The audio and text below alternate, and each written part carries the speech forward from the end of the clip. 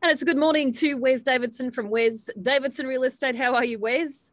Very well, Emma. It's good it's a Friday. Oh, love it. Looking forward to the weekend. Big changes, though, come Monday to the rental world. What's happening?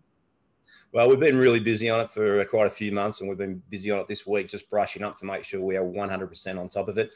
The new laws come into effect on Monday, and there's a whole raft of changes, both in terms of the regulations and the Act itself. So there'll be different notice periods for tenants to be given notice to get out of properties. There'll be other things that landlords can get tenants out of properties quicker if they're being painful and not paying their rent consistently on time.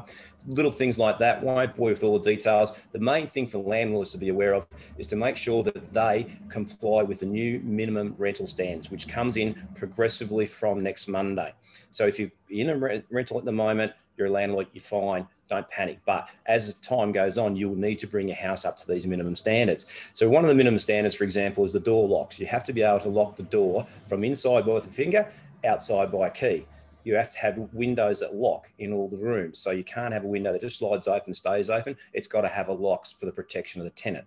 The electrical appliances in your property have to be tagged and tested every 2 years. They've got to be checked for safety, and same with the gas. That also has to be checked every 2 years. And a register needs to be kept of that and proof of that, because if the tenant asks you for that, you have to supply it as the rental provider. That's what the landlords are now called, a rental provider.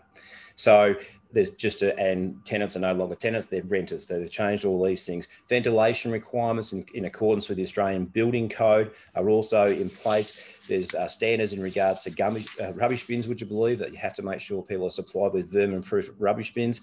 And the heating, there has to be a heater in the living room. So back when I was at a university, living in a place with no heater in the lounge room and putting the old doona around the couch at night to keep warm, those days are gone. Have to have a heater in the main room now. It's going to be compulsory. So there's a lot there. We've taken the initiative to prepare an audit report for all our properties, and we've contracted in another company from Melbourne called Property Compliance Victoria, and they're very good at what they're doing. So they're going to set up the opportunity for all our landlords to have their property fully audited for just a few $100s to make sure they avoid becoming one of the people who may be fined up to nearly $10,000 for not getting it right. So we won't allow that to our landlords to happen. We'll make sure they're protected.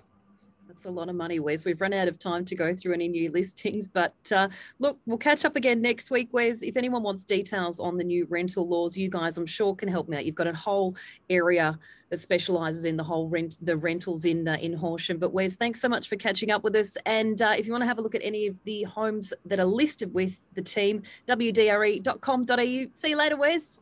Thanks, Em. And we will put that stuff up on the web for people, by the way. Perfect.